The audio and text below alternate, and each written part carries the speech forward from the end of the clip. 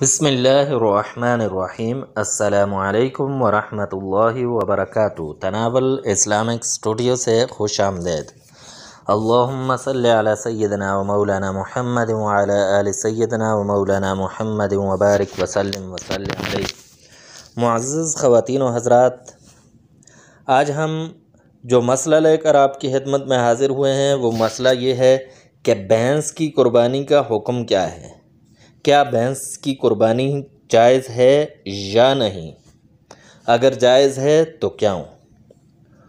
تو اس کا جواب یہ ہے کہ قرآن اور حدیث کی روشنی میں 3 طرح کے جانوروں کی قربانی شرعاً جائز ہے۔ نمبر 1 بقر، نمبر 2 غنم اور نمبر 3 ابل۔ تو غنم میں بھیڑ بکریاں وغیرہ آ جاتی ہیں۔ بقر جو ہے بقر، اس میں بیل، گائے اور بھینس بھی اس میں داخل ہے۔ اس کی واضح طور پر دلیل یہ ہے کہ لغت کی کتابوں میں اگر دیکھا جائے تو بقر کے بارے میں یہ لکھا ہے کہ الجاموس نوع من البقری، الجاموس نوع من البقری، یعنی بھینس از قسم بقر ہے۔